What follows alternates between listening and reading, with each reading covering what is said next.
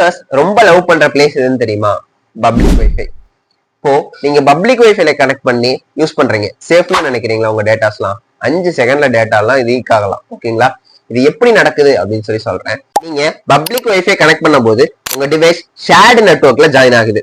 அந்த நெட்வொர்க்ல யாரெல்லாம் இருக்காங்கன்னு தெரியாது. லெஜிட்டிமேட் யூசர்ஸ் மட்டும் இருப்பாங்க அப்படின்னு நம்மளால சொல்ல முடியாது. ஹேக்கர்ஸ் கூட அந்த நெட்வொர்க்ல இருக்கலாம்.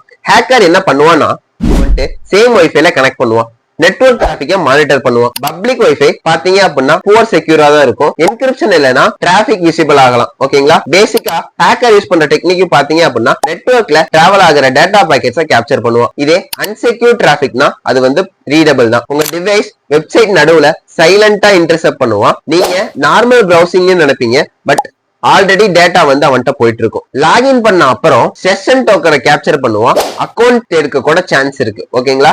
இதனால login credential, cookies, session data, sensitive activity எல்லாம் லீக் ஆகும். ஓகேங்களா? சோ இதுக்கு என்னதான் சொல்யூஷன் அப்படின்னு சொல்லிட்டு பார்த்தோம் அப்படின்னா VPN யூஸ் பண்ணுங்க. VPN யூஸ் பண்ணும்போது டேட்டா டிராபிக் என்கிரிப்ட் ஆகும். ஹேக்கருக்கு அன்ரீடபிள் டேட்டா தான் போகும். செக்யூர் டனல் கிரியேட் ஆகும். ஓகேங்களா? ஃப்ரீ வைஃபை அப்படின்றது ஃப்ரீ ரிஸ்க். ஓகே, இந்த மாதிரி யூஸ்ஃபுல்லான இன்ஃபர்மேஷனுக்கு நம்ம சேனலை மறக்காம சப்ஸ்கிரைப் பண்ணிக்கோங்க.